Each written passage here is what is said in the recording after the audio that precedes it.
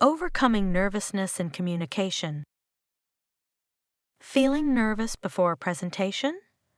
You're not alone. It's completely normal. Preparation reduces anxiety.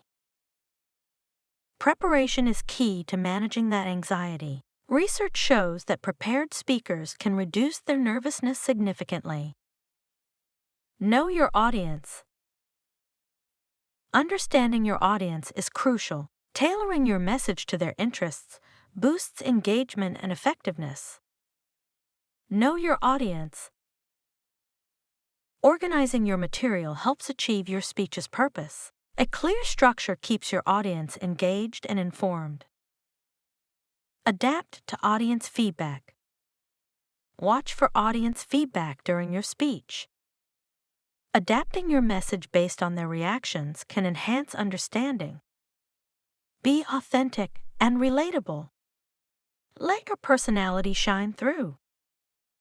Building credibility is easier when you are authentic and relatable. Engage with humor and stories. Using humor and stories can engage your audience.